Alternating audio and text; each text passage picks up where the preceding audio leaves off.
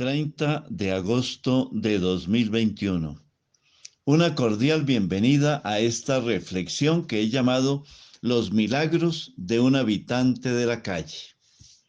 En la década del 70 surgió en América Latina un movimiento filosófico que se denominó Filosofía de la Liberación, el cual adoptó una postura intelectual fuertemente crítica a la filosofía clásica, centrada en la reflexión europea.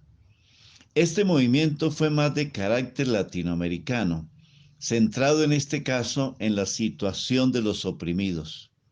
Algunos autores más reconocidos en este campo han sido Enrique Dussel y el jesuita Juan Carlos Escanone, quien en su momento fue profesor del Papa Francisco en sus épocas de estudiante en Argentina.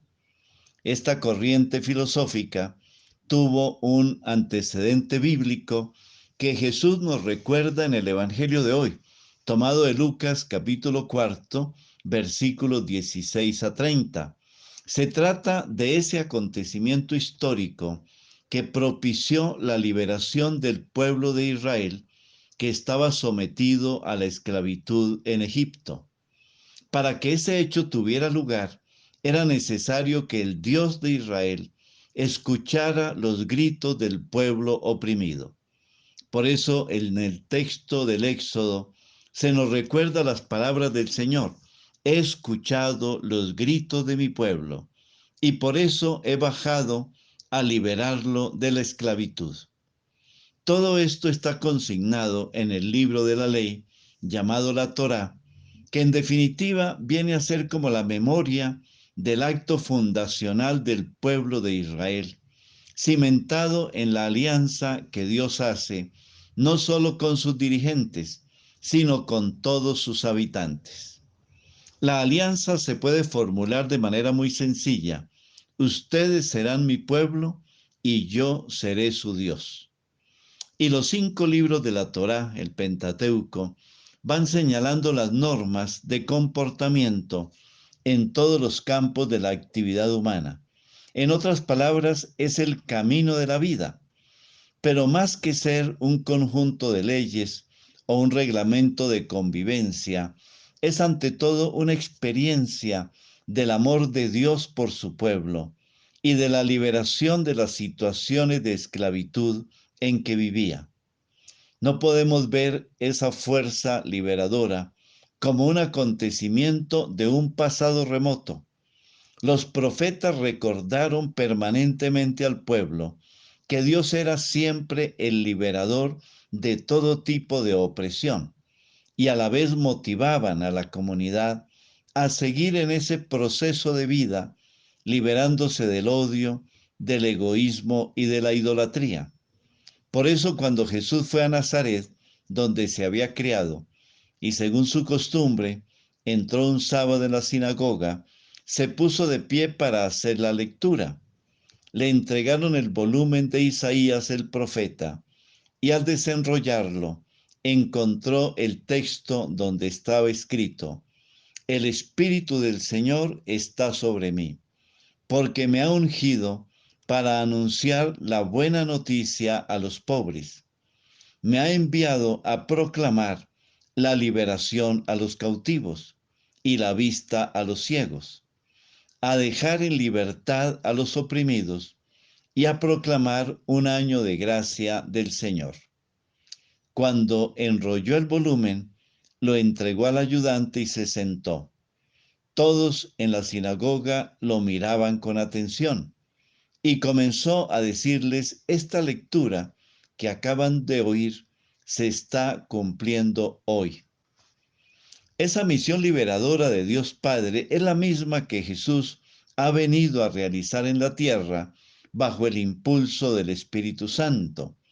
Y es a la vez la misma misión que todos estamos llamados a cumplir en nuestra vida, comenzando por nuestra autoliberación interior. Hoy, por ejemplo, la Iglesia nos presenta a un habitante de la calle del siglo XI, llamado Pedro de Trevi, quien dormía debajo de una escalera de piedra de un edificio público. Era un hombre casi analfabeta. Había tenido solamente 2 años de estudio, pero tenía mucha facilidad para comunicarse con la gente y se convirtió en un predicador itinerante. En algunas tradiciones antiguas se habla de la aparición de la Virgen y el niño Jesús, quienes le indicaron que debía liberar a muchas personas de la esclavitud del pecado por medio de sus sencillas pero convincentes prédicas. Por medio de él el Señor hizo varios milagros, como la multiplicación de los panes en la despensa del monasterio de Santa Escolástica, en una época de mucha carestía, cuando no había alimento para distribuir a los pobres, o el milagro de la curación de un joven que había quedado ciego, o la expulsión del demonio de algunas personas poseídas por el maligno.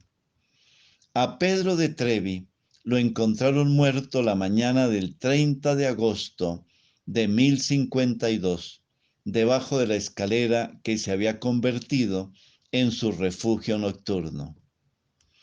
Una pregunta para compartir en familia. ¿De qué esclavitudes tendría que liberarme en mi vida espiritual y moral? Unámonos a esta plegaria a María, mujer liberadora de los pobres. María, joven sencilla y pobre de Nazaret, tú formabas parte de los pobres de Yahvé, que esperaban con ansiedad la venida del Mesías. En el momento culminante de la historia, fuiste llamada a dar tu consentimiento a los planes de Dios. Tú fuiste elegida para ser el templo de la divinidad, donde el Dios de cielo y tierra estableció su morada. Tú te llamaste la sierva del Señor, que en la escuela de salvación de tu Hijo amado fuiste formada para ser parte de la comunidad mesiánica, la Iglesia, a fin de anunciar la buena noticia a los pobres, proclamar la liberación a los cautivos, dar la vista a los ciegos, dejar en libertad a los oprimidos y proclamar un año de gracia del Señor. Amén. Bendiciones del Señor para cada uno de ustedes y sus familias.